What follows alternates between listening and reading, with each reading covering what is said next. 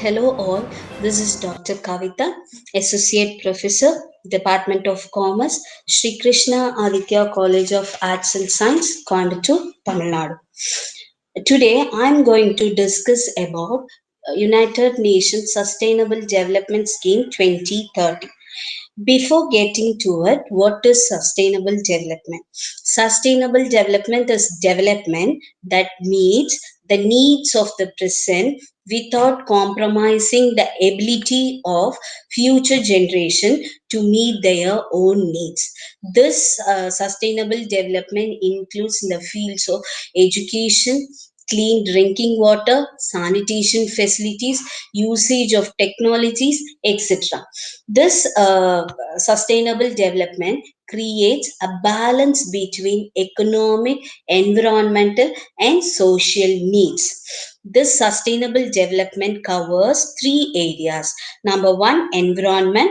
Number two, economic. And number three is social. Number one, economic. This economic contain the basic needs, the basic livelihoods of the human. It includes poverty, equity, sustainability, and climatic changes. Second one, environment, the surrounding of one particular community. This environment includes biodiversity, natural resources, and pollution. Third one will be the social, the improving the status in the society. This social includes empowerment, consultation, institution and government policies and schemes. Next, coming into it, introduction to United Nations Sustainable Development Schemes 2030. Actually, the scheme is introduced in September 2015 up to the period 2030. And this sustainable development agenda contains 17 well known sustainable development goals. And this committee gives guidelines of action of organizations and companies for sustainable development. The main thread of this sustainable development, improving sustainable development, is pollution, mainly usage of the plastics. Out of 17 goals, I would like to talk about no poverty, because poverty is a very big problem in the world, and the official name given for this no poverty is to end poverty in all its form everywhere. Eradication of poverty is not a task of charity, it is an act of justice. And poverty includes lack of food, lack of drinking, clean drinking water, and sanitation facilities. This no poverty sustainable development goals have some targets. Number one, eradication of extreme poverty, reduction of all poverty by half, implementation of social protection system, ensuring equal rights to ownership, building of development of environment, economic, and social disaster.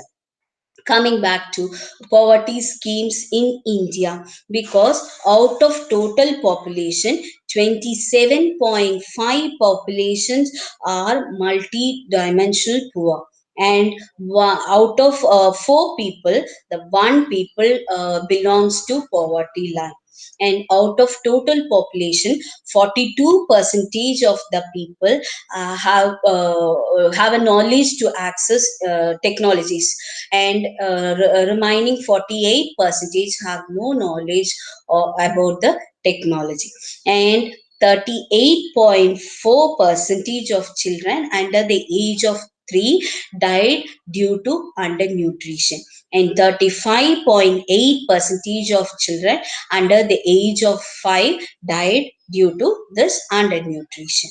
And 74 percentage of people are literate in India, and 14.6 percentage of households are headed by women, and 89.4 percentage have bank and post office account.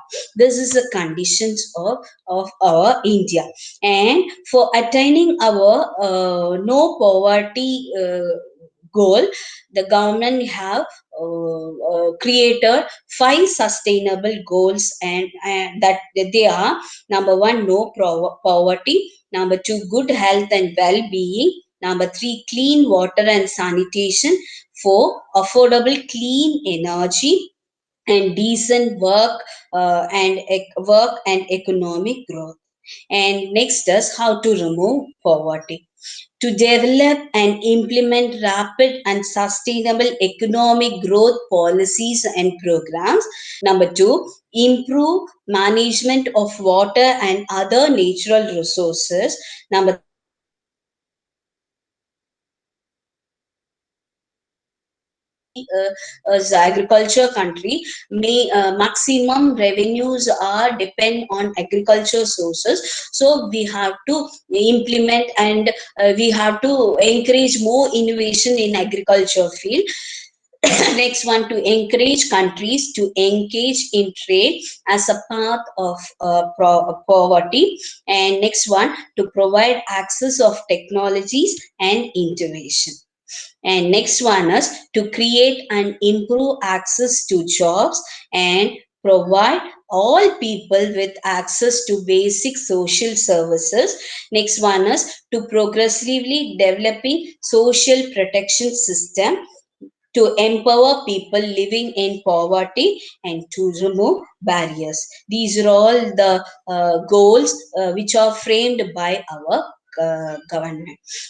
And coming to the conclusion, the sustainable development practices help countries to grow in a way that adapt to the challenges posed by climatic changes, which will turn up to protect, improvement natural resources for ours and future generations.